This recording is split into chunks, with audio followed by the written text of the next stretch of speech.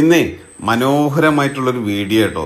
അപ്പൊ ഇതൊരു കല്യാണ സദ്യ ഒന്നല്ല കേട്ടോ, അന്നദാനാണ് ഞങ്ങളെ നാട്ടിൽ പരപ്പനങ്ങാടിയിൽ. അപ്പൊ ഇത്രക്കും ഇപ്പൊ എന്താണ് ഈ ആളുകളൊക്കെ അതിനു വേണ്ടി വെയിറ്റ് ചെയ്യാട്ടോ. അപ്പൊ സ്കൂൾ കുട്ടികളൊക്കെ ഉച്ചയ്ക്ക് ഇപ്പൊ ഇനി ഹോട്ടലില് കച്ചവടം ഉണ്ടാവില്ല കേട്ടോ. അതായത് ഊണിന്റെ കച്ചവടം ഞങ്ങളെ പരപ്പനങ്ങാടിയിൽ വളരെ കുറവായിരുന്നു. കാലത്തെ ഇതുപോലെ വിപുലമായിട്ടുള്ള അന്നദാനം നൽകുന്ന സ്ഥലങ്ങൾ ഉണ്ടോന്ന് എനിക്കറിയില്ല.